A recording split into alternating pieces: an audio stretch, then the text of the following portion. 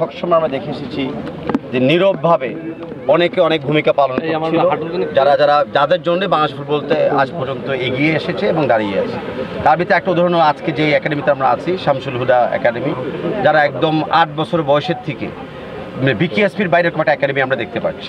তার সাথে ওনার সাথে সাথে আমাদের জনাব নাসির জাহিদি সাহেবের সাথে সাথে ওনার যে এক্সিকিউটিভ কমিটি মেম্বাররা আছেন, আমরা যারা বাফুফে কর্তৃপক্ষরা আছি, আমরা সবাই নিরলসভাবে কাজ করতেছি যে বাংলাদেশের ফুটবলটাকে যেন এবং গ্রাসরুটস লেভেল থেকে এই উপর পর্যায়ে আমরা নিয়ে আসতে পারি। কারণ আমার খেলা একটা দুটা জিততেও পারি, হারতেও পারি, কিন্তু পাইপলাইন ঠিক না থাকে তাহলে খেলা কনসিস্টেন্সি থাকবে না, যেটা সব দর্শকরা দেখতে চায়।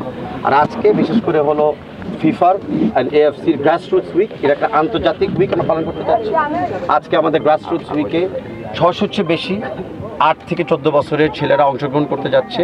এই সংখ্যাটা কিন্তু এশিয়াতে একটা আশা করি একটা রেকর্ড সৃষ্টি করবে যদি ভালোভাবে দিনটা আজকে শেষ করতে পারি আমরা। আর্জেন্টিনা আর বাংলাদেশের একটা লিখিত চুক্তিও আছে এবং আর্জেন্টিনা ফ্যান এবং বাংলাদেশের ফ্যানদের একটা আত্মা সম্পর্ক, যেটা আপনারা জানেন যে আর্জেন্টিনার ফুটবল ফ্যানরা বাংলাদেশের স্পোর্টস দেখে, বাংলাদেশের ফ্যানরা তো আর্জেন্টিনাকে দেখে। তো ওই চুক্তির এবং ওই আত্মা সম্পর্কের আওতায় আজকে আপনারা দেখতেছেন যে আর্জেন্টিনার অ্যাম্বাসেডর মহোদয় আজকে এরকম একটা গ্রাম্য পরিবেশে এসেছে বাংলাদেশের প্রান্তিক লেভেলের প্লেয়ারদেরকে দেখার জন্য এবং হোপফুলি দু একটা ট্যালেন্টকে চুজ করার জন্য। ভবিষ্যতে আমরা দেখতে চাই যে আমাদের আর্জেন্টিনা বাংলাদেশে টেকনিক্যালি আমরা কোলাবরেট করতেছি ইউথ লেভেলে এবং ইন্টারন্যাশনাল লেভেলে আমরা হু নোজ একদিন প্রীতি ম্যাচও খেলতে পারি।